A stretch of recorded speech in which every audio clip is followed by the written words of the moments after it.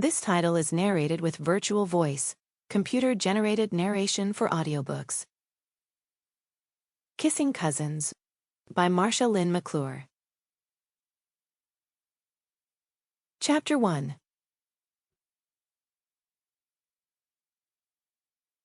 "You've got a party of 4 at table 5, Poppy," Whitney said. "And you're gonna need the ring."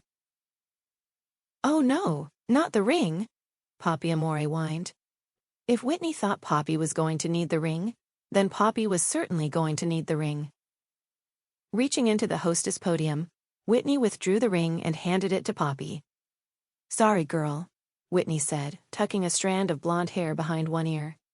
"But at least it looks like it will be a good tip." Slipping the wide gold band on her left ring finger, Poppy sighed. "It better be," she said, rolling her eyes. Poppy hated the tables requiring the wearing of the ring, as the staff of Good Old Days called it.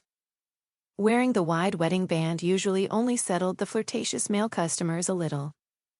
If they were going to be flirty or downright lewd, they were going to be flirty or downright lewd, whether or not their waitress was wearing a wedding band, at least in Poppy Amore's experience as a waitress. Still, as Dean Martin crooned, on an evening in Roma over the restaurant sound system, Poppy drew in a deep breath and headed for table 5. Sure enough, 4 older businessmen sat at table 5, talking and laughing as they perused their menus. Pasting on a smile, Poppy approached the table. "Good evening, gentlemen. Welcome to Good Old Days. I'm Poppy, and I'll be your server this evening," she said. "Nice," one of the men said, smiling and studying her from head to toe. He looked to be near 50 with thinning brown hair. Poppy had seen some very handsome 40-something men in her lifetime. This man wasn't one of them. Poppy held her order tablet in her left hand, making certain the thick gold band on her ring finger was well on display. "May I start you out with something to drink?" Poppy asked. "I'll take one right here next to me, honey," another man said, patting the empty chair next to him. This man had dark hair, graying at the temples, and could have been quite a handsome 50-something if it hadn't been for his apparent cretin's personality. Poppy smiled and shook her head as she said, "We're a bit too busy for me to sit even for a minute tonight, sir." "I'll take a Coke," the third man said. "With lime, if you have it."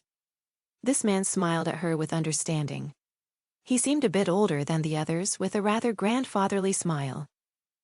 "Of course, sir," Poppy said, jotting the drink code down on her order tablet. "Me too," the fourth man said. "Only with lemon, no lime." This man was also older and paternal-looking.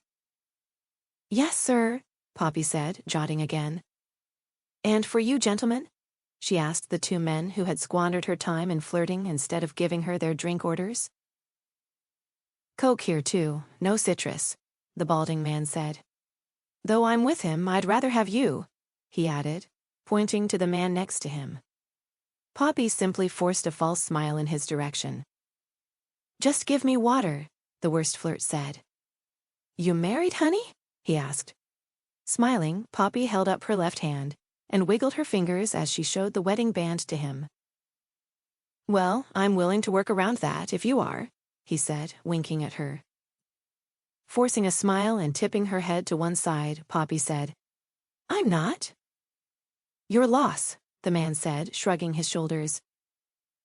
"Or not," one of the other men mumbled. All 4 men chuckled at the obvious verbal slam.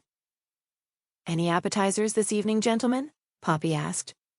Inwardly, she was quite rattled, as she always was whenever a table was difficult to work. Outwardly, however, she hid it well, forcing a smile and appearing as calm and accommodating as possible. "We want an order of the fried cheese and some chips and salsa," the grandfatherly man said.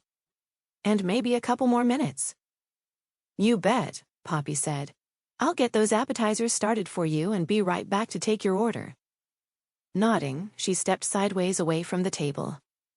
Too many bad experiences had taught her what could happen if a waitress turned her back on a table, so she sidestepped away from tables instead.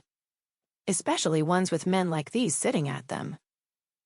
I need an order of fried cheese and one of chips and salsa for table 5. To keep listening to this audiobook, I've left you a link in the description so you can do it at no cost thanks to Audible's 30-day free trial.